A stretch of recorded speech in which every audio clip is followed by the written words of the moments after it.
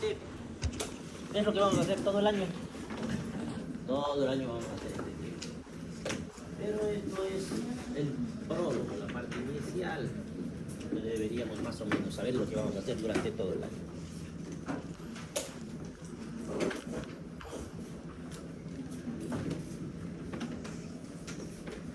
Definición.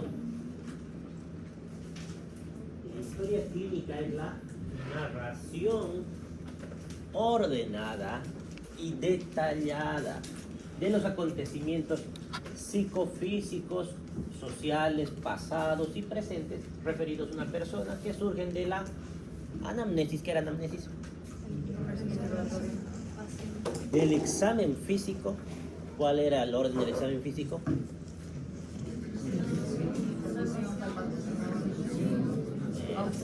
Como Ave María eso. Excepto donde en abdomen, ¿cuál es el orden? No. De nuevo, abdomen. Auscultación, palpación y percusión. Incluso los últimos dos se pueden invertir. Y de la elaboración intelectual del médico. ¿Y a qué se referiría con la evaluación intelectual de elaboración? El diagnóstico. Porque la historia clínica la hacemos para obtener un diagnóstico. Y que permiten emitir un diagnóstico de salud o enfermedad. Van a haber historias clínicas pacientes sanos. No los internados, por si acaso, porque ellos siempre tienen algún problema. Pero en algún momento en consulta externa van a haber pacientes sanos y a ellos les van a prestar más atención. ¿Cuándo podrían ver un paciente sano? ¿Por qué iría al hospital? Está sano. Van a volar su imaginación. Para una revisión. Eso, para un control anual, digamos. Están en una empresa y quieren que todos sus trabajadores estén sanos. Entonces les hacen un control. Y creo que por ley tienen que hacer cada año el control. Esos pacientes son los que más cuidado tienen que tener, más que los enfermos. ¿Por qué creen? Porque si está sano, en 2 minutos le hago su historia clínica, está todo bien, escucho, presión, nos vemos. No, no pueden hacer eso. ¿Por qué? ¿Qué es lo que la mayoría hace? El paciente enfermo viene con molestias, con quejas, que más o menos lo dirigen hacia dónde tienen que buscar lo que esté mal. Pero el paciente sano cree que está sano. No sabemos si está sano, ni él sabe si realmente está sano. Más bien tenemos que buscar si hay algo que no está bien. Por eso hay que prestarles un poquito más de atención a ellos, porque no hay nada que nos diga por dónde ir a buscar. Así que no es tan sencillo esos pacientes.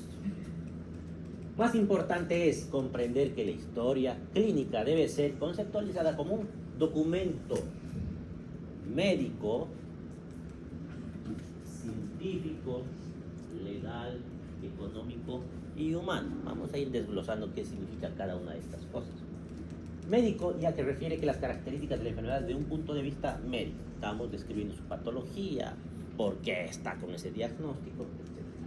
Describimos los hallazgos semiológicos, configuración de síndromes. ¿Qué eran los síndromes? Falta.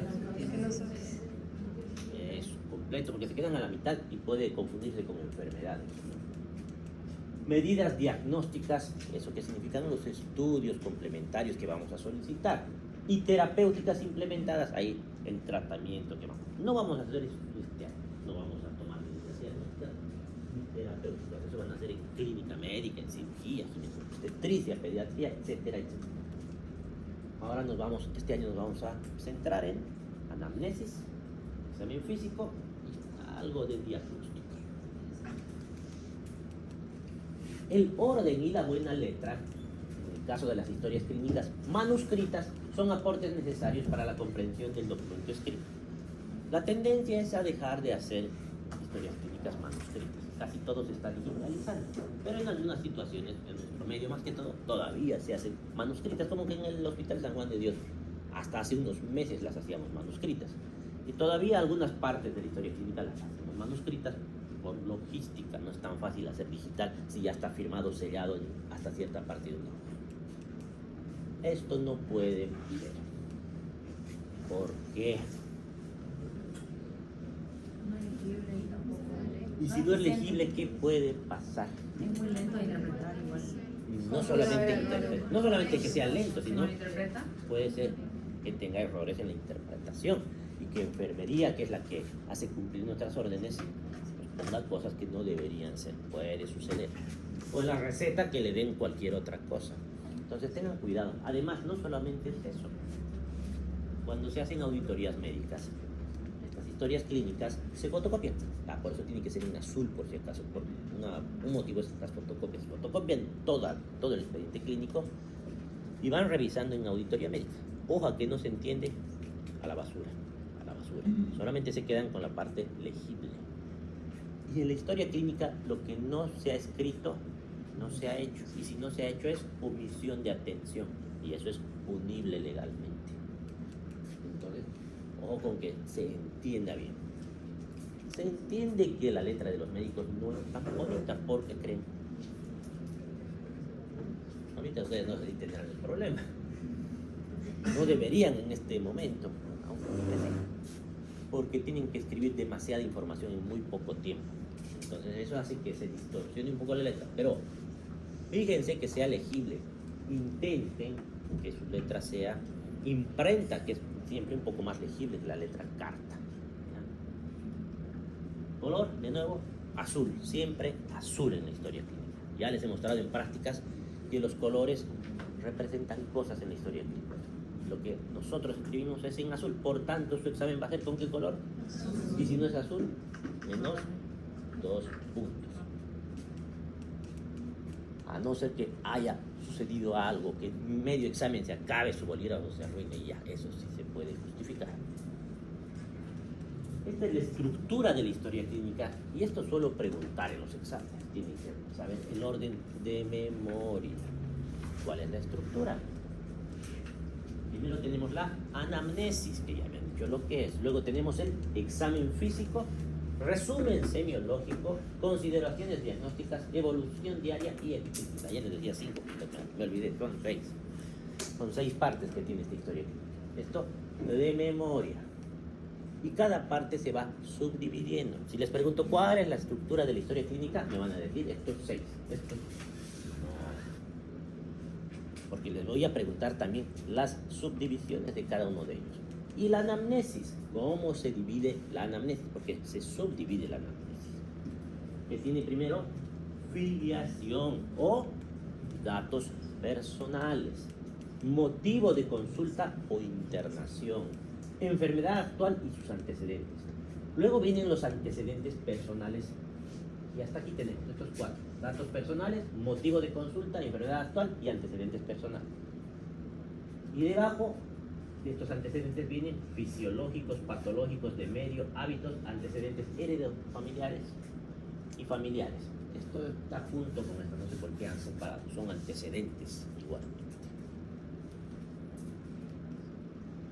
Ahora vamos desglosando cada uno de estos puntos. Anamnesis, ya me dijeron lo que era la anamnesis. Es la indagación por medio de preguntas acerca de las características de la enfermedad y de los antecedentes del paciente. Todo lo que le van a preguntar al paciente es anamnesis. Algo que suelo encontrar en las historias clínicas muy seguido es que confunden examen físico con anamnesis. No los mezclen. En la parte de anamnesis, solo lo que le preguntan. Si están viendo algo, no se anoten anamnesis, eso se pone en examen físico. Lo mismo, si están haciendo examen físico, no pongan datos de anamnesis. Ejemplo, en el examen físico suelo encontrar que ponen diuresis positiva. ¿Y cómo saben que han orinado los pacientes? Si están haciendo examen físico. ¿Cómo? Alguien que me explique eso. ¿Lo han visto orinar al paciente? No, le he preguntado. Y si le han preguntado, ya no es examen físico, eso ya es anamnesis. Ojo con esos detalles. Durante la anamnesis se debe mantener una actitud de atención para captar todo lo que refiere el enfermo. Es más, en general, para la historia clínica, cada detalle va a importar.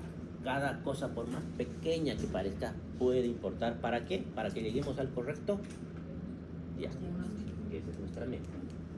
La anamnesis debe tener un orden, en especial para evitar olvidos u omisiones.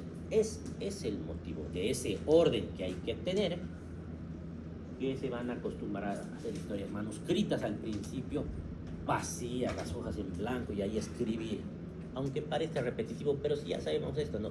Mientras más repitan, más se les va a quedar. Es como los niños cuando han aprendido a escribir. ¿Cómo aprendieron a escribir ustedes? Todo un ajo. Luego B. Parece aburrido, pero es la forma en la que se nos queda grabado. Y el orden es muy importante para evitar olvidos. ¿Por qué? Si yo les digo que me repitan los números del 1 al 10, es fácil, ¿no? 1, 2, 3, 4, 5, 6, 7, 8, 9, 10. No sé, es imposible que se incluya. Pero si se los entrego los números en desorden, 7, 4, 1, 3, 5, ¿se van a acordar el orden? Va a ser más complicado que se acuerden el orden. Van a tener que intentar memorizar. Entonces, cuando guardamos el orden, es menos probable que nos olvidemos preguntar cosas. Ese es el motivo. Los datos positivos tienen mayor importancia que los negativos, en el sentido de que señalan una situación concreta que puede estar relacionada con la enfermedad actual. ¿Qué son los datos positivos y qué son los datos negativos? Positivos, lo que nos dice el paciente que hay. Negativos, lo que, por ejemplo, yo estoy pensando en una insuficiencia cardíaca, debería tener edema, pero no lo tiene. Por algún motivo no ha hecho edema, porque no es obligatorio que todos los signos y síntomas aparezcan en este caso. Ese es un dato negativo. En la redacción es de buena práctica no emplear lenguaje del paciente, excepto en un lugar que les voy a mostrar, sino el de la medicina, que cuenta con un riquísimo vocabulario, que es la semiología que vamos a hacer en el año. Sin embargo, este vocabulario técnico no debe trasladarse al diálogo con el paciente. Es como que funcionáramos de traductores. En una entrevista en la televisión, ¿ha visto cómo están los traductores? Preguntan en un idioma y están traduciendo a la televisión en otro idioma, pero no mezclen. ¿Por qué? Es normal que al principio se equivoquen. Como que les empiecen a hablar a los pacientes. Si usted ha tenido disnea, no va a saber el paciente qué es eso. Usted ha estado con edemas, no va a saber qué es eso. Alguno tal vez, pero en general no. Y viceversa, en la historia clínica no le van a poner ahí fatiga, hinchazón de pies, ¿no? Entonces, ustedes hablan con el paciente en terminología que él pueda comprender y luego en la historia clínica escriben terminología médica. Eso es un ejercicio que cuesta al principio. Siempre se nos escapa hablar algún término médico a los pacientes. No es bueno, incluso a mis colegas veo que a veces les hablan con términos médicos. Los confunden, los asustan, o los pacientes finalmente piensan que les están hablando en esas palabras para que no entiendan y se quejan a su abogado. No me quiere avisar lo que está pasando. Entonces tengan ese cuidado. Es más, yo tengo el cuidado de mis pacientes o sus familiares, les explico. ¿Han entendido? Sí o no. Si no han entendido, díganme, yo les explico al detalle todo lo que no me hayan entendido. Intentar tener una buena comunicación, tanto con los pacientes como con los familiares. ¿Por qué los familiares? Porque a veces no van a poder hacer el interrogatorio al paciente. ¿En qué situación, por ejemplo? Ha sufrido un accidente cerebrovascular o ha convulsionado, está con un traumatismo cráneoencefálico, está con un glauco bajo, no nos va a poder dar datos, pero puede estar la familia. Si no está la familia, ¿quién puede estar? ¿De quién podemos obtener la anamnesis? Esa es una buena pregunta. Primero, ¿de quién vamos a obtener la anamnesis? Del paciente. Si no está el paciente, el familiar. Y si no hay familiares, porque puede suceder, alguien convulsiona ahí en vía pública, De la gente que estuvo con el personal paramédico que lleva al paciente o algún testigo que quiera ir con el paciente. Entonces hay varias fuentes de información para obtener la anamnesis. Seguramente, si no es su familiar, no es alguien que conozca, la anamnesis no sea la mejor fuente de información. Y se aseguran de, todos escriben historia, se aseguran de escribir al final de la anamnesis, entre paréntesis, datos poco confiables. Sí, o si notan que el paciente no les está diciendo la verdad, porque hay esas situaciones, escriben ahí datos poco confiables. Se van a dar cuenta cuando los pacientes les están mintiendo. tiempo. ¿Desde cuándo está mal ese pie? Desde anoche. Y ven que ese dedo ya está negro. No puede haber sido desde anoche. Cuando encuentren que algo no va bien, escriban datos poco confiables.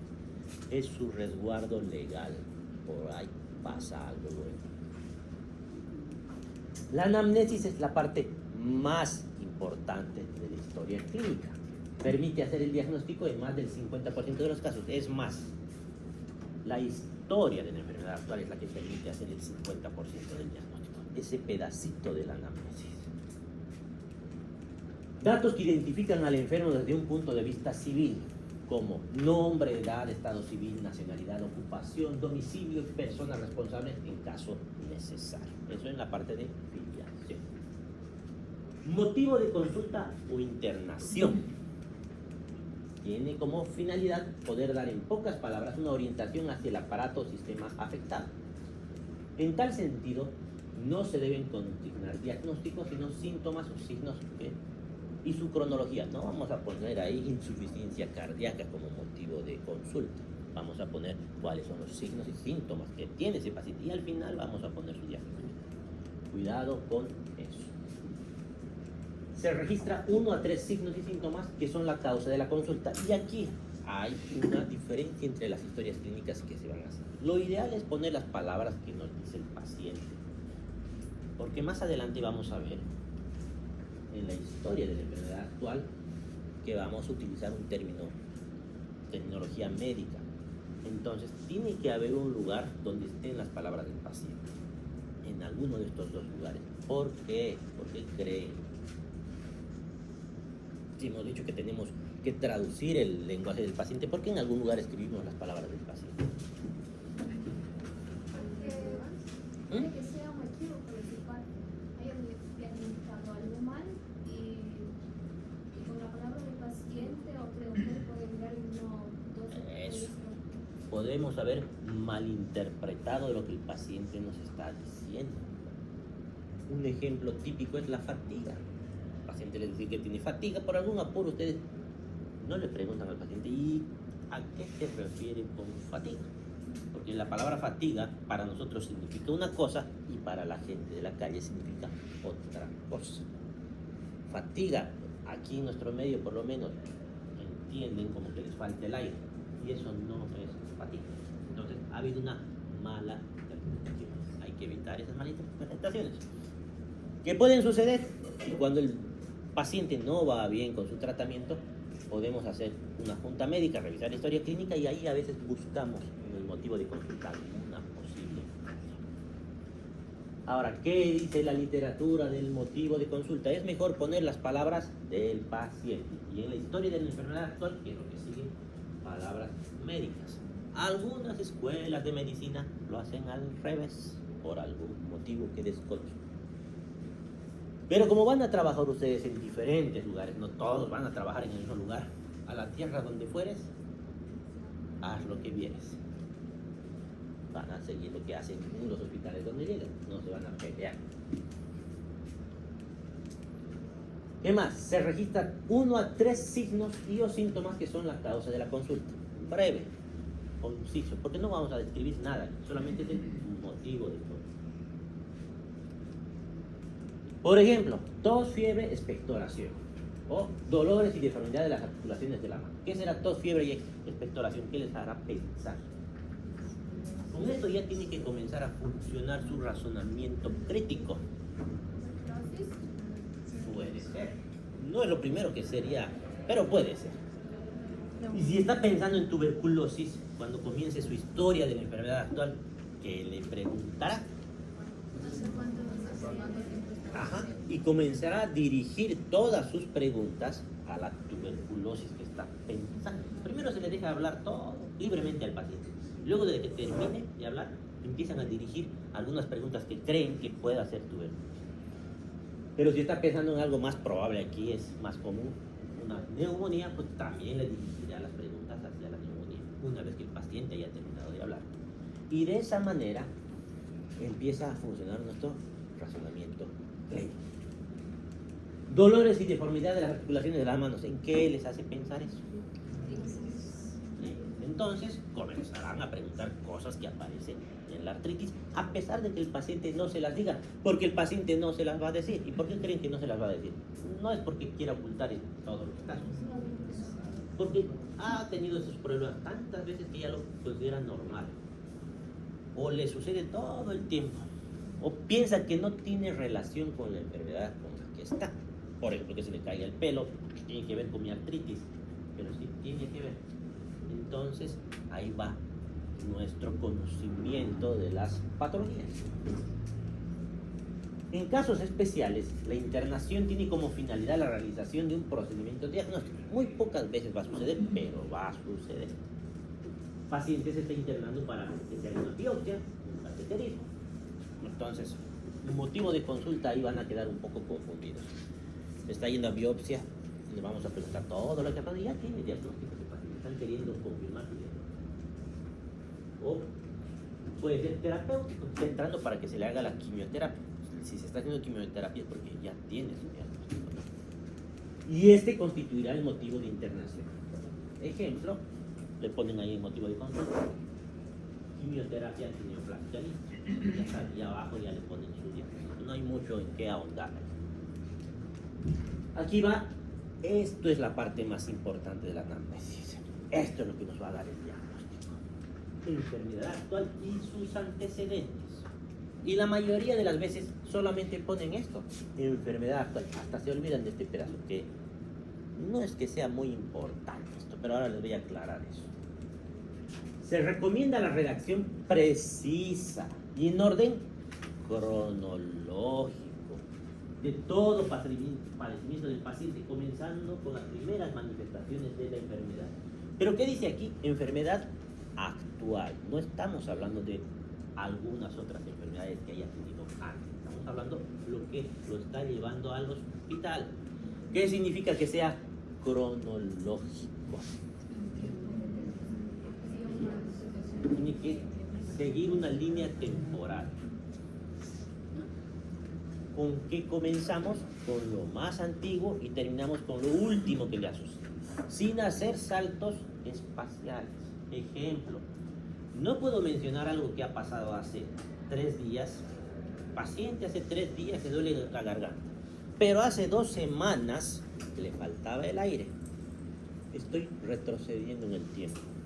Y ayer se puso peor, no sé. Estoy haciendo saltos temporales. Eso hay que evitar los saltos temporales. Y no desordenen poniendo fechas, salvo que sea muy necesario. Porque a veces me ponen cuadro clínico de 7 días de ejecución y en fecha 5 de marzo confunde al leer eso. No es tan fácil de leer porque todavía tengo que sacar mi calendario, ver qué fecha es, qué fecha ingresaba el paciente. Sigan el mismo orden. Si estaban hablando hace 2 semanas, continúen con eso. Hace 2 semanas, hace 3 días, hace 5 horas, continúen con el mismo tipo de redacción. Si empiezan a meter fechas y cosas así por ahí que no estaban antes, van a confundir al que lee esa historia clínica. Detallado, preciso. Tienen que detallar cada signo y síntoma que nos comente el paciente. Hay que detallar lo más posible. Más adelante vamos a ver para que quede claro. Se toma nota de los datos en forma cronológica, dejando que el enfermo exponga libremente sin interrupciones. ¿Qué significa eso? ¿Por qué viene al consultorio? ¿Por qué viene al hospital? ¿Qué le ha sucedido? Cuénteme desde un principio. Y el paciente va a empezar a decirle: hace 2 semanas que no me siento bien. No lo interrumpan. Van a ver los que están haciendo sus prácticas en emergencias que nosotros les interrumpimos. Pero estamos en un contexto especial, es una emergencia, donde no hay mucho tiempo, hay otros 2, 3 pacientes que están esperando afuera. Pero normalmente no deberíamos interrumpir al paciente. Que termine de hablar todo lo que tenga que hablar y ahí vamos anotando lo que nos está diciendo o dejando en nuestra mente para organizar y luego anotar. O anoten un borrador, más que todo ustedes que están aprendiendo a hacer, no van a poder hacer el registro, se van a olvidar cosas. Les sugiero que comiencen a anotar en un borrador todo lo que les vaya diciendo, porque luego van a reorganizar todo lo que les ha dicho. Porque el paciente no se los va a decir en orden cronológico, por si acaso. Se va a olvidar, está nervioso, está asustado. Ah, cierto, hace 2 semanas también tenía esto. Y me olvidé decirle que hace un mes ya había comenzado. se va. Es normal, él no tiene obligación de saber la cronología. Ustedes van organizando esa cronología.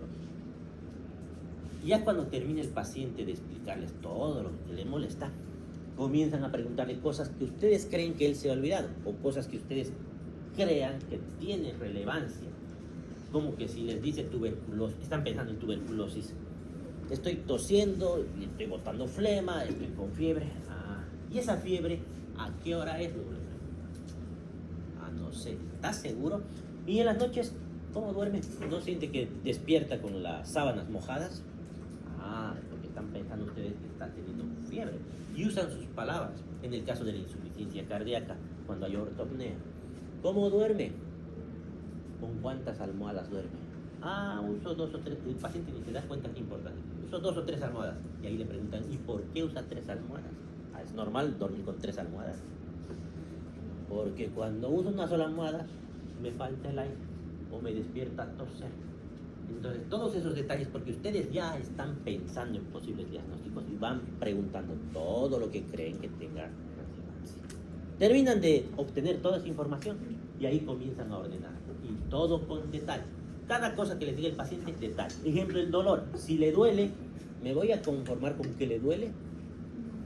Primero tengo que saber hace cuánto tiempo le duele, dónde le duele, si el dolor se mantiene ahí o si se irradia hacia algún lugar, si el dolor es permanente, si el dolor viene, va como en el caso del cólico, si hay algo que acompaña el dolor. Ejemplo, una colecistitis, el paciente se queja de que le duele en el hipocondrio derecho, es de forma intermitente, después de que come algo con grasa, y ese dolor suele venir acompañado de náuseas, muchas veces con vómitos. Los vómitos son de tipo bilioso. Entonces todos esos detalles tenemos que preguntar, aunque el paciente no nos diga al principio, y se van a dar cuenta que les dicen, sí, también estaba vomitando, algo que no les había dicho al principio.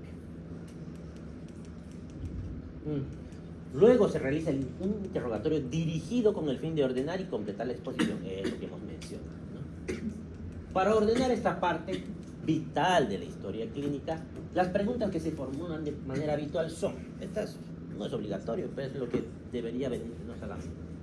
¿Cuándo comenzó a sentir enfermo? Lo que yo les pregunto, por ejemplo, ¿cuándo empezó? Porque a veces no nos dicen tan bien. Estoy enfermo hace una semana. ¿Estás seguro que es hace una semana? Hace 2 semanas, ¿cómo se sentía? ¿No sentía ya medio cansado? Sí. Normal no está. ¿Desde cuándo ha sido la última vez que usted se sintió sano y sin ninguna molestia? Hace un mes. Se dan cuenta de que no era hace una semana. En realidad, hace un mes había comenzado su cuadro. Y las fechas a veces no se acuerdan. Y ustedes, hay formas de recordarlo. Era carnaval, estábamos cerca de Navidad. Con estas cosas podemos hacer recordar más que todos los antecedentes. ¿Cómo comenzó la enfermedad? ¿Con qué síntomas se presentó? ¿Cómo evolucionaron estos síntomas? ¿Es la primera vez que aparecen estos síntomas? ¿Tuvo algo parecido antes? ¿A qué atribuye la enfermedad? Probablemente no sea lo que él piensa, pero no está por demás. Muchas veces lo que el paciente cree pues termina siendo. ¿Qué precedió a la enfermedad? ¿Realizó alguna consulta médica? Muchas veces ustedes están evaluando pacientes que ya los han visto 2, 3 médicos, ya les han pedido laboratorios, como no estaban conformes han buscado otro médico, y para no caer en el mismo error que haya cometido el otro médico, porque muchas veces no es que se equivocó, sino que los síntomas en ese momento no eran tan claros. Entonces le preguntamos, ya le han dado un diagnóstico, se lo preguntamos, ya le han pedido estudios complementarios, y le decimos, muéstrenos sus estudios, y es que los tienen, para no repetir y hacer lo mismo que habían hecho antes, que no funciona.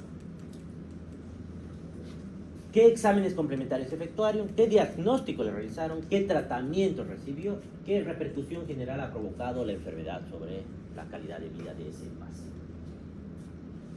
Es importante que cuente con todos los documentos que testimonian las medidas diagnósticas y terapéuticas implementadas con anterioridad, o sea, todas sus recetas y todos sus estudios complementarios, que estamos hablando de laboratorios, radiografías, tomografías, y no repetir innecesariamente procedimientos costosos o de escaso valor para el diagnóstico. Por ejemplo, le voy a pedir una tomografía de cráneo a un paciente con diarrea, no tiene sentido, pero lo hace. Si el paciente tiene antecedentes personales claramente relacionados con la enfermedad, actual, esto se debe consignar al comienzo de este apartado. ¿Se acuerdan que era historia de la enfermedad actual? Y sus antecedentes, que casi no usamos esa parte de y sus antecedentes, porque debajo hay algo que dice antecedentes. ¿Se acuerdan que se dividía en varios tipos de antecedentes? Por eso a veces no le prestamos atención. No siempre es importante. Por ejemplo, para un resfriado, ¿será importante sus antecedentes? Probablemente no. Pero, como dice aquí, si el antecedente está claramente relacionado a la enfermedad por la que viene, es importante mencionar al principio. Por ejemplo, paciente con antecedentes de hipertensión arterial, diabetes y dislipidemia acude con cuadro clínico de 2 días de evolución con dolor precordial opresivo de gran intensidad que irradia al brazo izquierdo por el borde cubital. Pues estoy pensando en un infarto de miocardio, y en ese infarto de miocardio es muy importante si el paciente era hipertenso o tenía diabetes y dislipidemia. ¿Por qué la diabetes y dislipidemia tendrán que ver con los infartos? ¿Qué es un infarto de miocardio, saben? La muerte del músculo. ¿Mm? La muerte del músculo. ¿De qué músculo?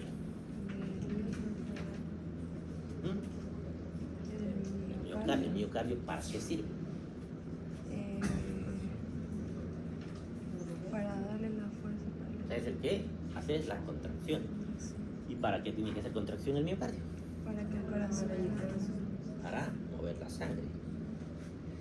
¿Y qué le va a pasar si se infarta, si se muere ese tejido? no va a latir la misma. Va a dejar de cumplir la función. Y si deja de cumplir la función, ¿qué va a pasar con ese corazón? Va a ser ineficiente. Probablemente entre en insuficiencia cardíaca, si es que no se muere, porque un infarto de miocardio es la primera causa de muerte.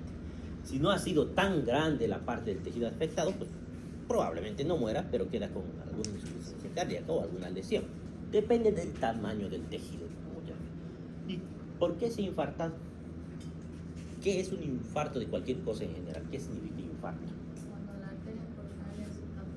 Bueno, en general un infarto es que se tapa una arteria. En el caso del miocardio es la arteria coronaria. Pero cualquier tejido se puede infartar, por si acaso cualquiera. Ahora, ¿y por qué se ha tapado esta arteria coronaria? ¿Qué creen que ha sucedido? Coágulo. ¿Y de dónde ha venido ese coágulo? Colesterol, coágulo, algo confundidos están. A ver cómo es. ¿Qué ha tapado esa arteria? Si es un coágulo, ¿de dónde ha venido el coágulo? ¿Ah? ¿Y de dónde ha venido? A ver. ¿De dónde vienen las coronarias? ¿Dónde nacen? En De algún lado salen las coronarias, ¿no? ¿De dónde? De la aorta. de la aorta. Además, son los primeros vasos que salen. ¿Y la aorta, de dónde nace? El callado no puede nacer. El callado de la aorta no puede nacer de la aorta. La aorta no puede nacer del callado. La aorta en general, ¿de dónde sale? ¿De dónde? El ventrículo izquierdo. De ahí sale la sangre oxigenada. Entonces, ¿qué trayecto habrá entre la coronaria y el ventrículo izquierdo? Es un trayecto muy corto. ¿De dónde ha venido el coágulo? ¿De qué arteria? No, a no ser que el coágulo esté ahí en el corazón. Si no, no. Y es más, no hace una curva. Esa coronaria es una curva muy fuerte. Es casi imposible que un coágulo del corazón se vaya a meter ahí. Lo más probable es que el coágulo se vaya hacia las carótidas, de ahí al cerebro, y haga un accidente cerebral. Entonces, no va a ser un coágulo. Pero su coágulo no está tan mal, solo que ¿de dónde ha salido el coágulo? Si no puede haber salido del corazón, ¿de dónde ha salido? Si el trayecto es cortito. ¿Ha aparecido por magia?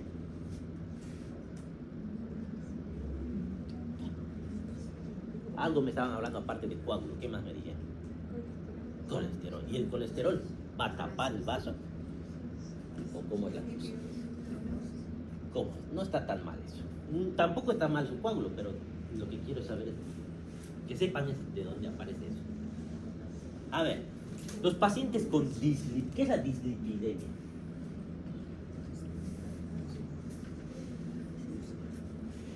¿Quiénes son los lípidos?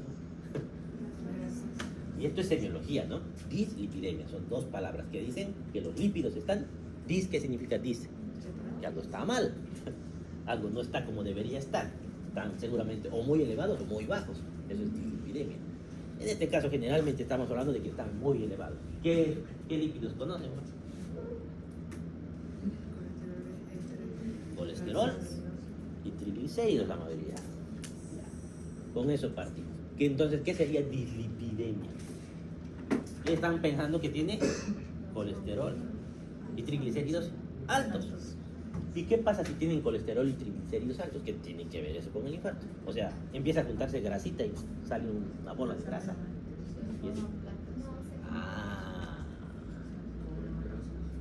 ¿Han visto el agua aquí en Santa Cruz cuando usan agua caliente? ¿Qué le pasa al agua cuando hacen hervir agua?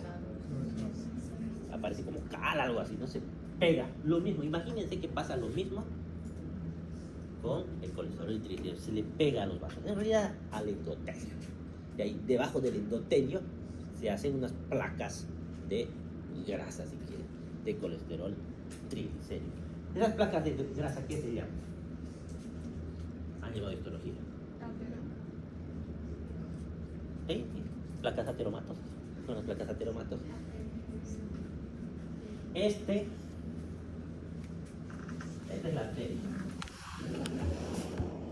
Y aquí tienen una bolita de grasa, que es su placa ateromatosa. Esa es la causante del infarto. Pero esa bolita de grasa, ¿qué va a pasar? El flujo es laminar. En los vasos siempre es laminar. Hasta que se encuentra con cosas como esa, que están haciendo una muestra, y se vuelve turbulento. Y en situaciones de estrés, de aumento del flujo, se rompe. Se puede romper esa placa. Y si se rompe, ¿qué va a pasar? Se va a salir un pedazo. ¿Este pedazo es el que infarta? No. ¿Qué les dan a los pacientes cuando se está infartando? Denle. ¿Qué les dan? Aspirina le dan, ¿no? ¿Y por qué le darán aspirina? ¿Qué tiene que ver con la grasa la aspirina? ¿Y por qué quiero anticoagular? ¿Qué? ¿Ah? Este pedazo que se rompió, porque se rompió, es un tejido vivo. ¿Y qué le pasa a los tejidos vivos que se rompen? Sangran. Aquí hay una herida. Esa herida, van a ir las plaquetas a socorrer. Nos estamos desangrando, dicen las plaquetas. Evitemos de desangrar. Y empiezan a tapar de plaquetas, y al tapar de plaquetas, ¿qué pasa? Con la luz del vaso. Tapa. Entonces, eso es un infarto. Ahora ya saben dónde viene. No es lo mismo que con el infarto del cerebro. El infarto del cerebro, evidentemente, es un coágulo que se desprendió de alguna parte. No funciona igual. También puede pasar eso, pero es menos probable en el caso del cerebro. Ya, entonces, en este caso sabemos que un paciente diabético, los pacientes diabéticos suelen tener dislipidemia, está como que pegados. Diabético casi seguro que tenga dislipidemia. Manejan malas grasas. ¿Por qué el diabético maneja malas grasas? ¿Qué es la diabetes? Azúcar en la sangre. No siempre, pero ¿cuál es? Sí, algunos tipos son, no todos. ¿Cuál es el problema principal de la diabetes? ¿Cómo les diagnosticamos la glucosa? ¿Qué le pasó a la glucosa? Se eleva. ¿Y por qué se eleva? Eliminar no es la causa. ¿Para qué sirve la glucosa? Eso, para producir energía. ¿Dónde debería hacer eso? En la célula. ¿Qué les suele faltar a los diabéticos? La insulina. ¿Y la insulina para qué sirve? Si no puede entrar, entonces la glucosa, ¿dónde está? Afuera. Y por eso empieza a subir. ¿Y de dónde van a sacar energía entonces? Porque la célula necesita energía. De la grasa. Eso, va a movilizar grasas. Y al movilizar grasas es que aparece la dislipidemia, y esa grasa que se está moviendo por todos lados puede provocar placas ateromatosas. Entonces, un paciente diabético automáticamente es un paciente en riesgo de tener infarto de miocardio o accidente cerebrovascular. Entonces, en este caso, tiene relación directa el antecedente. Ahora, si el paciente viene porque le patearon la pierna y se fracturó la pierna, ¿sería importante esa diabetes? Sí. ¿Acaso porque es diabético lo patearé? ¿Yo o no? No, lo patearon porque por accidente estaba jugando fútbol. No es porque sea diabético. Pero no tiene que ver con la enfermedad, con el tratamiento y ya es otra cosa. Entonces, no tiene relación directa, no necesitan anotar, solamente si tiene relación directa. ¿Ya? ¿Qué más? Y aquí venimos a otra parte, que también suelen equivocarse las historias. Los antecedentes personales. ¿Qué significa antecedente? Porque le ponen antecedente a veces, viene por una infección urinaria, diuresis le ponen 10 veces al día. ¿Que es normal orinar 10 veces al día? No. Cuando preguntamos antecedente, ¿qué significa antes de? Entonces, todo lo que el paciente tenía antes de este cuadro clínico. Hace un mes iniciado su cuadro clínico, entonces todo lo que era antes de ese mes. Eso es antecedente. Fisiológicos, patológicos, de medio, hábitos y familiares. Esos son los antecedentes. Vamos desglosando. Fisiológicos. Se indagará sobre los aspectos relacionados con el nacimiento. Si el parto ha sido normal. Ya. Dice parto normal. Muchas veces vamos a decir normal. En la historia clínica está prohibida la palabra normal. Anótense eso. Es importante. Creo que en ninguna parte del libro explica, lo da por entendido. Nunca se pone normal en la historia clínica. En vez de poner parto normal, le vamos a poner parto eutóxico. Hay palabras que reemplazan a lo normal. Eutóxico. Eso no necesitan anotar. Es algo muy chévere. Lo que sí tienen que saber es, la palabra normal está prohibida en la historia. Parto normal o patológico. Parto patológico es parto distóxico. El peso al nacer, crecimiento, maduración, tipo de lactancia, lenguaje, marcha, dentición. ¿Qué significa eso? Le vamos a preguntar cómo ha sido el parto de ese paciente. ¿Ustedes creen que un paciente de 70, ustedes mismos se acuerdan cómo ha sido su parto? ¿Saben si ha sido distóxico o autóxico? Algunos tal vez, seguramente los que han nacido por cesárea se deben acordar, y el resto ni debe saber, ni le debe importar. Y eso se van a dar cuenta, que la mayoría de los pacientes no saben. Si les pregunto a ustedes cuánto pesaron al nacer, el 80% no debe saber. La mayoría no debe saber cuánto pesaron. ¿Saben en qué momento, hasta qué momento han recibido pecho? No deben saber. ¿Cuándo les ha salido su primer diente? Y todo esto que está en la historia clínica, se pregunta, seguramente les van a decir, no sé, pero tienen que acostumbrarse a anotar. ¿En quiénes sí se van a encontrar estos datos? ¿En quiénes creen que sí van a anotar todo? En los pediátricos, porque le van a preguntar a la mamá y la mamá debe saber de memoria todas estas cosas. En pediátricos es mucho más importante. De todas maneras, es parte de los antecedentes fisiológicos.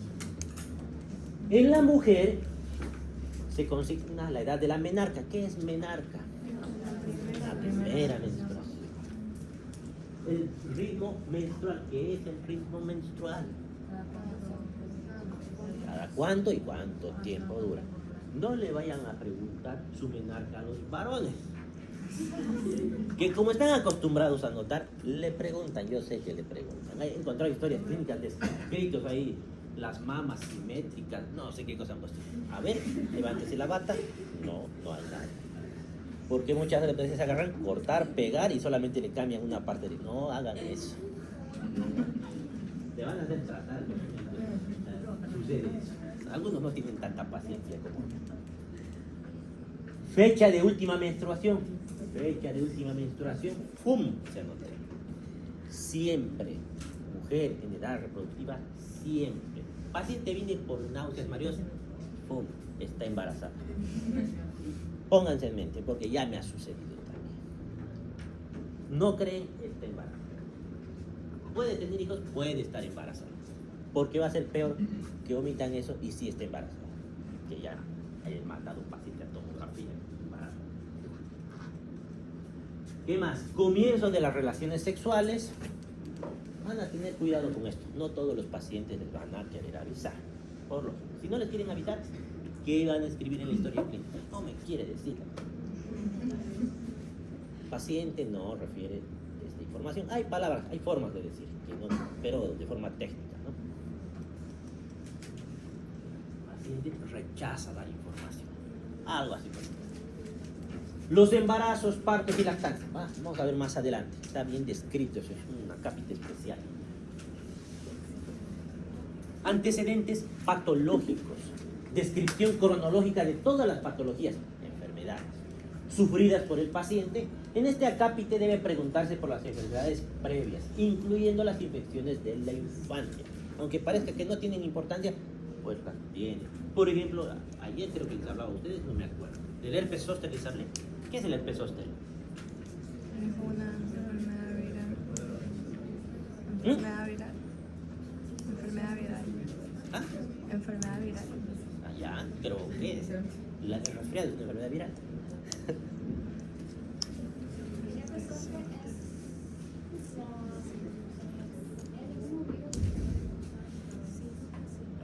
Está bien, pero la pregunta que ha sido, ¿qué es herpes zóster? Sin importancia más. Paciente que se queja de dolor torácico, porque generalmente viene en los intercostales. Puede venir en otras partes, pero lo normal es en las intercostales. Y que le duele, y le duele, y le duele mucho, y duele harto. Porque duele harto. ¿Qué es la varicela? Ya, está bien. ¿Qué esperas? Una enfermedad infecto contagiosa caracterizada por aparición de vesículas, ¿no? No deben saber todavía lo que es vesículas, o tal vez sí. Son unas bolitas de agua en la piel que vamos a ver más adelante. Vamos a describirla. Llena de vesículas en todo el cuerpo es la varicela, ¿no? De todos los tamaños. Que cura con relativa facilidad en niños, en adultos no. Y una vez que se cura, desaparecen todas esas lesiones. Pero el virus queda latente, se queda en ese cuerpo. ¿Y dónde se queda a vivir? En un nervio, busca un nervio para vivir. Y en ese nervio vive. Y pasado muchos años, el paciente que ya ha tenido varicela, en una situación de estrés, ¿qué pasa con el estrés? ¿Qué hace el estrés en el cuerpo? Lo activa. ¿Cómo? ¿Por qué? ¿Estoy estresado? ¿Baja mi defensa? ¿O qué? ¿Qué hace que bajen las defensas del cuerpo?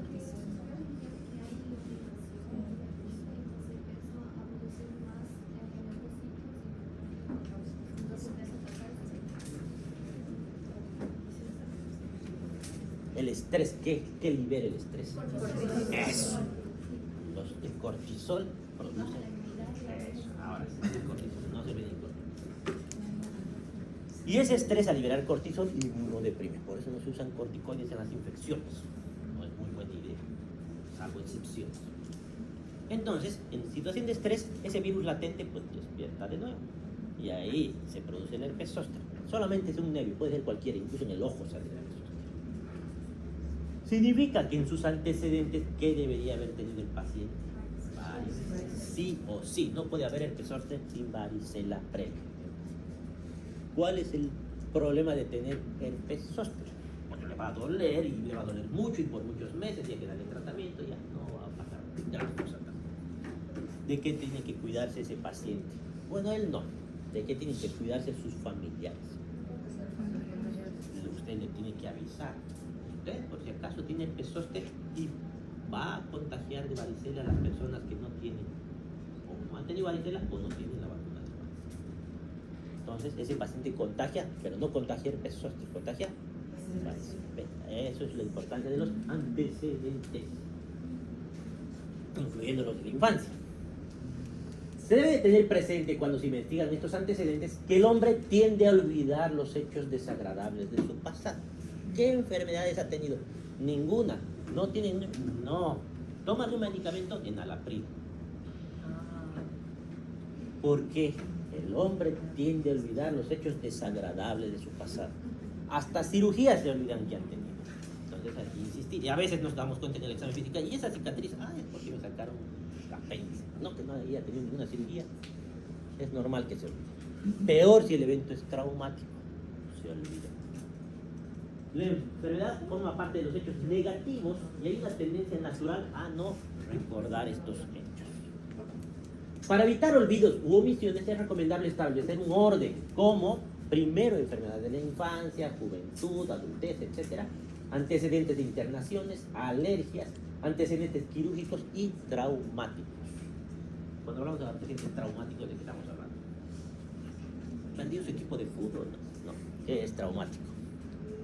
Golpes, accidentes, traumas, de traumatología. Antecedentes de medio. Lugar de nacimiento y residencias posteriores, casa, habitación, escolaridad, ocupación, núcleo familiar. Todo lo que estamos viendo en esta historia clínica, absolutamente todo, nos va a ayudar en el diagnóstico, por más pequeñito que sea el detalle, puede ayudar. Antecedentes del medio, ya hemos mencionado. Hábitos, alimentación, intolerancias alimentarias, apetitos, si hay, ¿qué es anorexia? Que no tengo, no entiendo. Hiporencia, poco apetito. Hiperorexia, mucho. Catarsis, ¿qué es catarsis? Defecación. No, caquita, les preguntamos al paciente. ¿Cuántas veces al día? 1 a 2 veces al día o 2 veces por semana se considera normal. ¿Estreñimiento qué es? Que no, así que no. Menos de 2 veces por semana. Diarrea, más de 2 veces al día, o que el peso sea mayor a 200 gramos o que tenga contenido acuoso. ¿Qué es diuresis? La orina, ¿cuánto es el volumen normal? 1500 ml, más o menos. En realidad es 1 ml kilogramo peso hora, pero si se saca con calculadora, más o menos le salen 1500. Y le preguntan al paciente cuánto orina. Ustedes ya saben cuánto orina. ¿Alguna vez se han dado cuenta si han sido los 1500? Es difícil, ¿no? Pero sí se pueden dar cuenta en la diuresis. Lo que se anota es cuántas veces, cuánto es lo normal de diuresis. A ver, vamos a ver si te han contado cuánto es lo normal de diuresis. Porque han leído, ¿sí? Sí, de 3 a 5 es lo normal. Muchas veces los pacientes no le prestan mucha atención a estos detalles y no saben. ¿Cómo no van a saber? No saben. ¿Es normal orinar en la noche? No, sí me dicen porque orinan en la noche, pero no es normal. Salvo que se tomen pues una Coca-Cola en la noche, pero no es normal hacer eso. Entonces, aquí vienen los términos. Estos términos suelo preguntar muchísimo en los exámenes. ¿Qué es diuresis? ¿Cuánto es la diuresis normal? Siempre pregunto en el examen. Cuando orino, poliuria, ¿qué es? Orinar mucho. No confundir con polaquiuria, que es orinar muchas veces. No mucho, porque pueden ser muchas veces poquito. Polaquiuria es muchas veces. Poliuria es mucho. Poliuria se considera a partir de los 3000 ml. Oliguria, ¿qué es oliguria? Poco, eso. Poco. Algunos textos mencionan 500 ml para abajo como oliguria. Se van a encontrar con otros textos. Creo que en el Harrison dice 400 ml. Los términos están bien, no hay mucha diferencia. Y hay un término que no está ahí que es anuria. ¿Qué es anuria? Supuestamente significa nada, pero se considera anuria de 100 ml para abajo. Ojo que voy a preguntar. Poliuria, más de 3000. Normal, 1500. Oliguria, menos de 500. Anuria, menos de 100. ¿Listo? Anuria sé que dice nada, pero así es. Ahí dice menos de 100. Aquí, ¿quién puede tener anuria? Es normal, no Con orinar. infección. Las infecciones no. Deshidratación extrema puede ser. Muy raro de ver, pero puede ser. ¿Qué más? Es más común, ¿qué es más probable?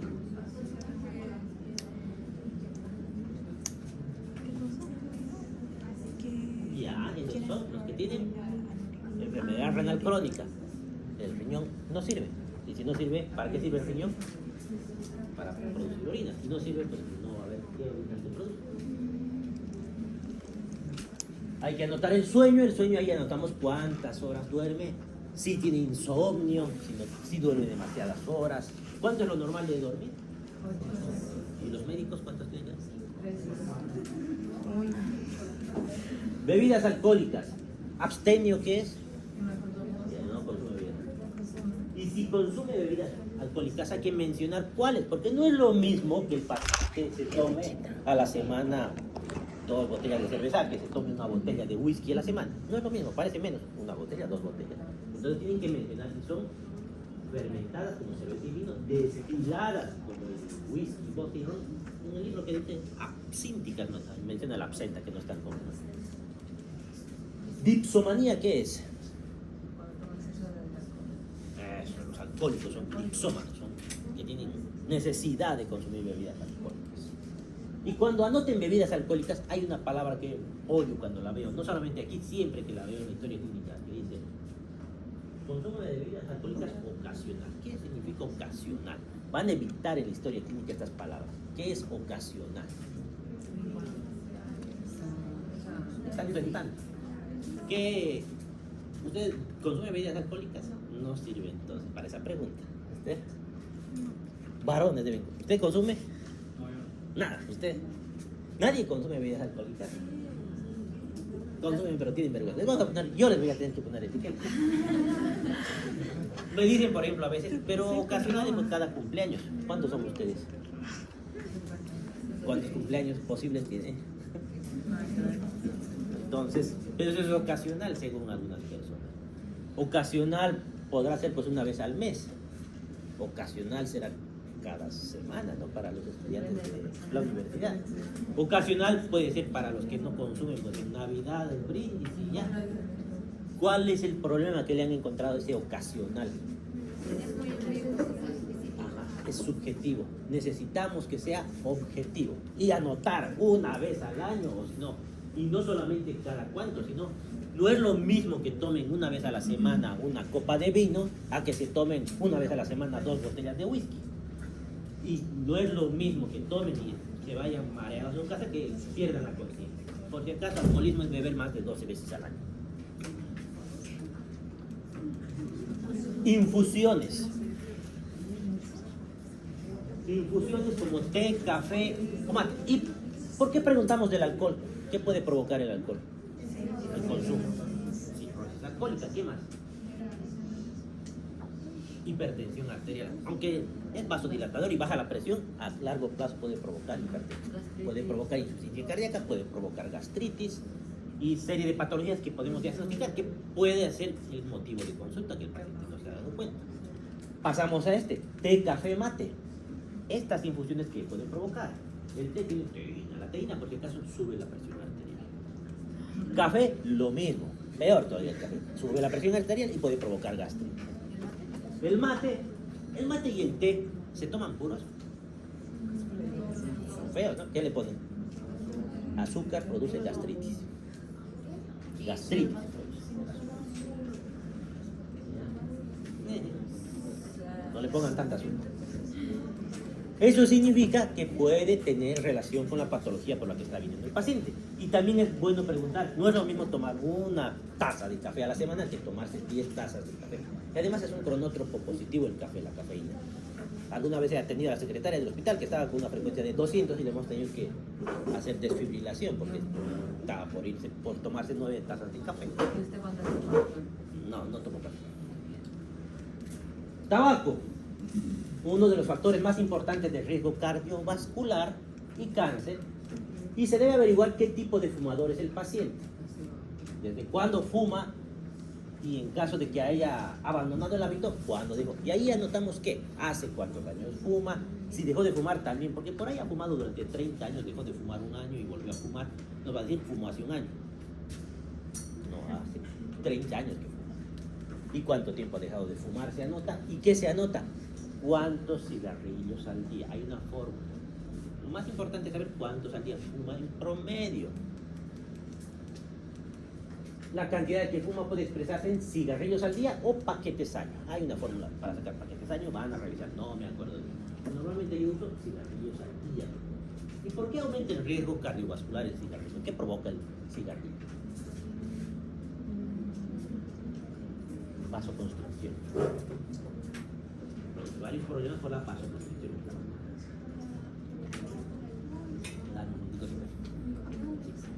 Y aparte los problemas pulmonares del humo son diferentes, que también son evidentes, ¿no?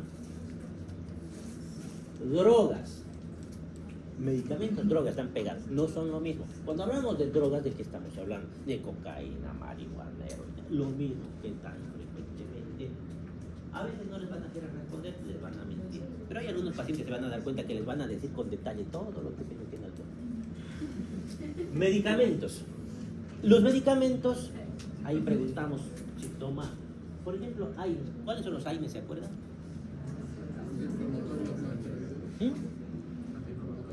Ya, muy bien. ¿Cómo cuál? Ibuprofeno, diclofenac. Y todos estos, ¿qué hacen?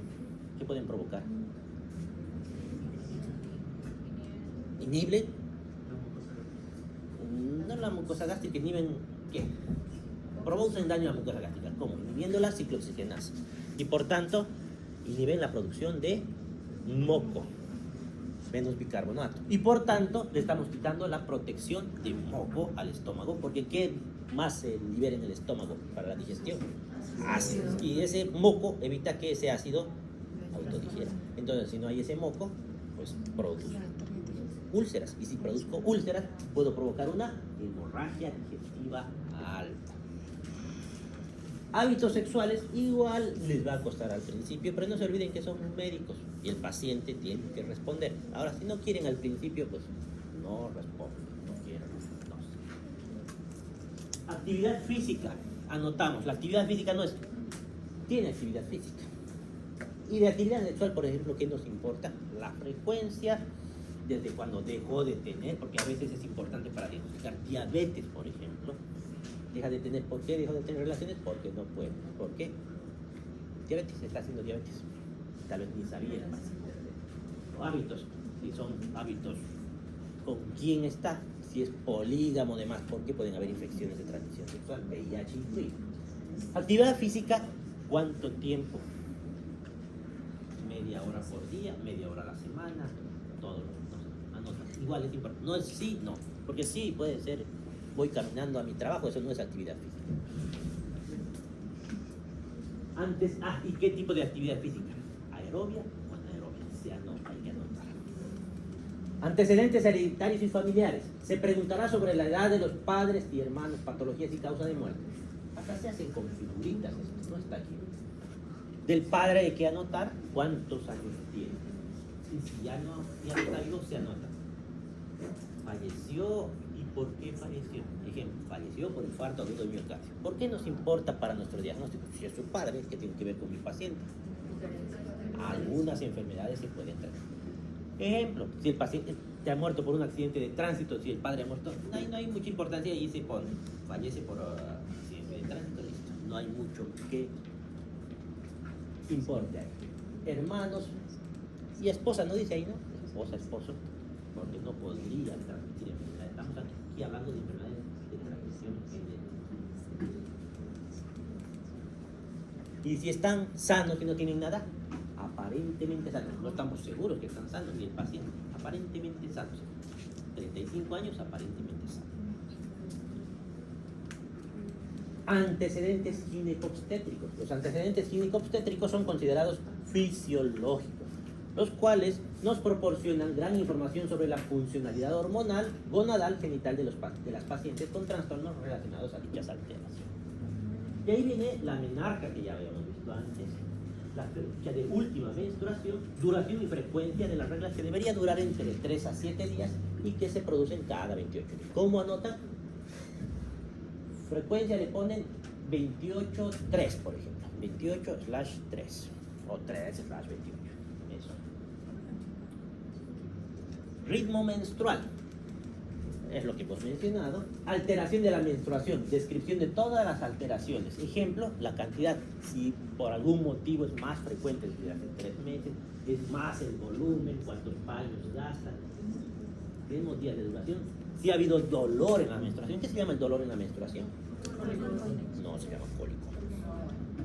Eso le dice la gente en la calle. En medicina, ¿qué le decimos al dolor en la menstruación? No, ya parecido. ¿Qué digo? Parecido. Disminorrea. Pregúntenle. Menopausia. ¿Qué es la menopausia? ¿Menopausia qué es?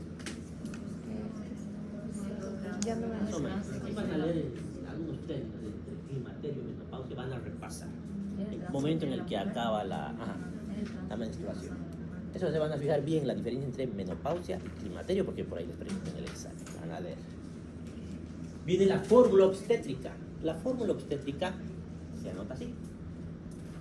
Gestas para abortos cesáreos. ¿Por qué fórmula? Porque dice fórmula. Si es fórmula, estamos hablando de sumar, restar, multiplicar, dividir. Algo estamos haciendo con aritmética. Viene de la suma. Gesta, anotamos cuántas veces la paciente se embarazó. P es para cuántas veces ha tenido partos.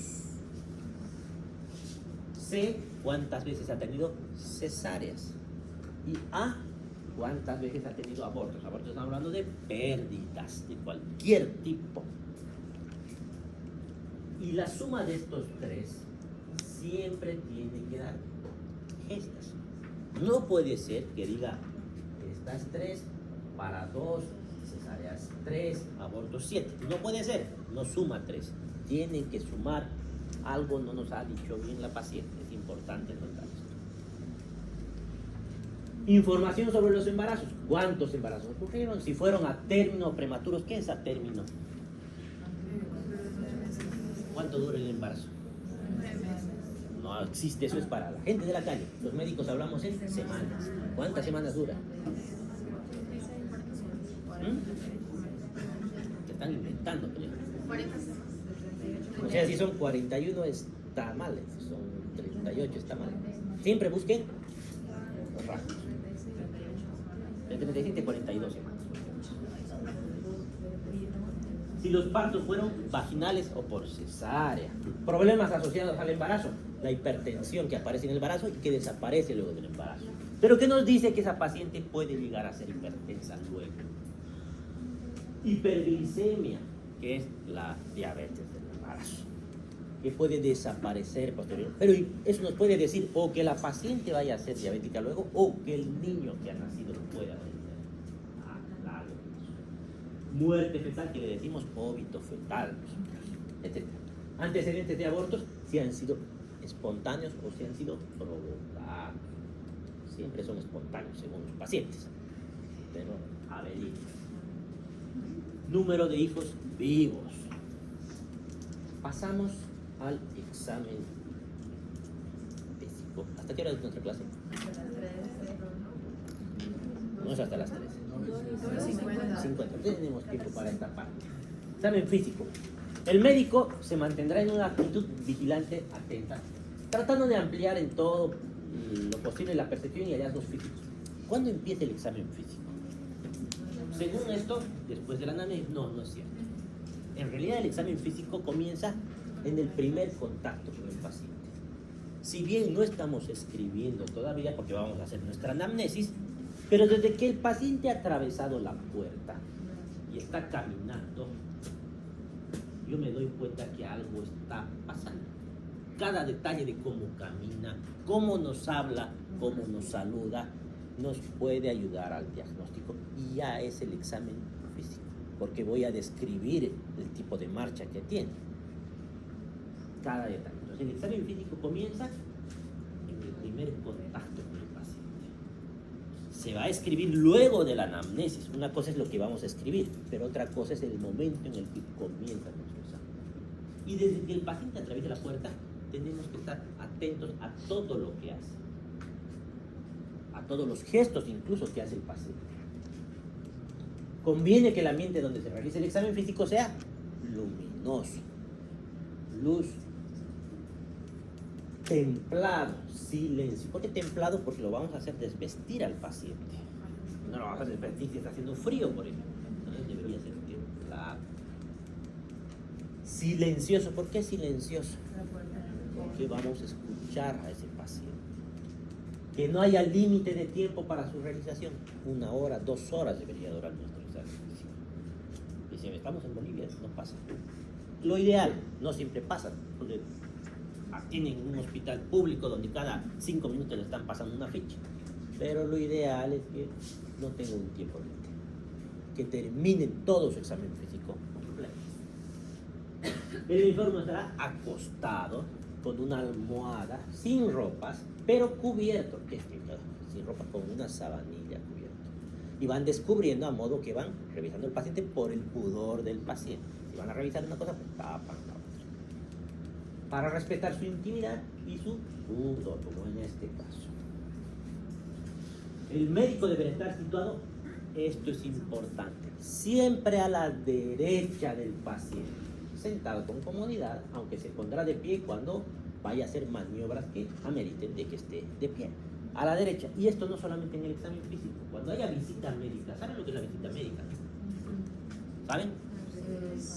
Cuando se pasan el turno los médicos entre sí y les muestran a los pacientes que están internados y que ahora van a estar a cargo del nuevo médico. El médico debe pararse a la derecha del paciente y así se presenta hacia el otro médico en visita médica. Siempre a la derecha. Hay excepciones. ¿Qué pasa si a la derecha está la pared? Porque puede pasar, especialmente en nuestros hospitales donde hay hacinamiento. Ahí no, ni modo, no voy a separar la camilla. Pero en general siempre párense a la derecha del paciente. Por norma y convención, y porque la mayoría son diestros. Zurdos, que están discriminando, van a decir los zurdos. Pero es así, y se van a dar cuenta incluso para intubar, las palas para intubar son para diestros. Y el zurdo, pero yo voy a ver, de resto está totalmente tapado, no se ve nada. Tienen que ser palas especiales. Pero en general todo el mundo se ha hecho para los diestros. Hay situaciones donde podemos ayudarles a los zurdos, pero en general así se mejora. Y además para evitar la anarquía, si no ya me imagino la anarquía de las salas. En forma sucinta se puede decir que primero se mira, que es lo que es la inspección. Luego se toca, que es la palpación. Se golpea, que es la percusión, pero se golpea para obtener un sonido. Y se escucha, que es la auscultación. En ese orden, como he dicho, siempre, excepto en el examen se realiza de lo general a lo particular y con criterio topográfico, significa por zonas, cabeza, tórax, abdomen, extremidad, evaluando todos los aparatos y sistemas, debería ser completo. Los exámenes instrumentales como termometría, determinación de presión arterial, observación del fondo de ojo, etcétera, se realizan en la parte final de la sesión. Eso dice el libro. Pero ¿cómo hacemos nosotros nuestro examen físico? Hacemos el examen físico general, describimos cómo está echado el paciente, en qué estado está, etcétera, etcétera. Luego le tomamos los signos vitales, presión arterial, frecuencia cardíaca, frecuencia respiratoria, saturación, y luego comenzamos nuestro examen físico segmentario. Ese va a ser nuestro orden, a pesar de lo que dice ahí. Nuestro orden va a ser ese. Lo que sí vamos a dejar para el final es fondeo, ojo y demás estudios. ¿Ya? Lo primero que se debe efectuar es la medida de peso y la altura, y eso generalmente hace la enfermera, pero se tienen que cerciorar que se hecho, porque con esto vamos a sacar el índice de masa corporal. ¿Saben sacar el índice de masa corporal? Si no saben, pues hay que memorizarlo, porque pregunto en el examen eso también. Vamos a ver más adelante. Y ahí viene el examen físico general, que es lo primero. La primera parte del examen físico es el examen físico general. Dice, permite, o impresión general es lo mismo, es un sinónimo. Permite tener una idea del grado de severidad de la enfermedad. Nos exige entrenamiento en la observación. Y aquí, ¿qué posibilidades tengo en el examen, en la impresión general del paciente? ¿Cómo se ve? ¿Se ve muy mal? ¿Se ve bien? ¿Se ve mal? Puede estar en buen estado general. Ustedes están, creo, todos en buen estado general. Al menos los veo a todos en buen estado general. Regular estado general, no están tan bien. Por ejemplo, un resfriado está en regular estado general. Y los pacientes que están internados, por lógica, por lo menos están en regular estado general, la mayoría. Y algunos están en mal estado general. Que vamos a aprender más adelante cómo decidimos, porque no es anárquicamente. Si el paciente está disneico, taquipneico, cianótico, pues está en mal estado general. Vamos a ver, no es tan anárquico eso. Signos vitales. Se denominan signos vitales las señales o reacciones que presenta un ser humano con vida que revelan las funciones básicas del organismo. Los signos vitales permiten medir, evaluar y vigilar el nivel de funcionamiento físico de un individuo. ¿Cuáles son? Presión arterial, frecuencia cardíaca, pulso, temperatura y ahí falta, creo, oximetría, que desde el COVID ya casi por regla hacemos oximetría. Luego, nivel de conciencia. El nivel de conciencia es qué tan despierto estoy. Y pasa de la vigilia a la somnolencia, estupor y lo último en coma. ¿Qué significa que estoy vigil? Como ustedes están despiertos, reaccionan a estímulos. ¿Cuál es su nombre? Me va a decir su nombre. Está despierto, está atento. ¿Qué significa somnoliento?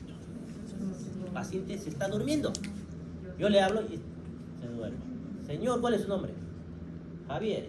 Y se vuelve a dormir. Cada que le hablo, señor, le digo, y despierta, pero tiene la tendencia a dormir. Eso es estar somnoliento. Estuporoso, ¿qué es? Señor, le gritó, no contesta. Señor, le apretó. Recién despierta. Necesita un estímulo doloroso para despertar y contestar. ¿Y coma? Nada. Ni aunque lo estimule como sea, no va a despertar. Eso de memoria, pregunta en el examen. ¿Qué significa cada una de esas cosas y cuál es ese orden? Contenido de la conciencia es la orientación temporoespacial. El paciente asumimos que está despierto. A ver, ¿cuál es la orientación temporoespacial? Son tres en realidad. El paciente está orientado en tiempo, espacio. ¿Qué significa en tiempo? Sabe. Espacio, persona, quiénes son sus familiares. Y le preguntamos al paciente. Y se van a encontrar muchas veces, señor, ¿cuál es su nombre? ¿Dónde está? Y su familiar ahí. Se llama Javier. Cállese. Le tienen que explicar que las preguntas son para el paciente. Porque ya terminó la anamnesis y debemos hablar con el paciente, especialmente los pediatras. Esto también pregunto mucho en el examen. Actitud o postura. Está dada. Es la relación que mantiene los distintos segmentos del cuerpo entre sí. Cuando no se observa anormalidades, se consigna actitud compuesta. Y esa palabra compuesta se va a encontrar varias veces. Ya vamos a ver. Actitud compuesta, si está echado en la cama ahí, actitud compuesta. Está así. Eso ya no es actitud compuesta. Ya pasa a ser algo.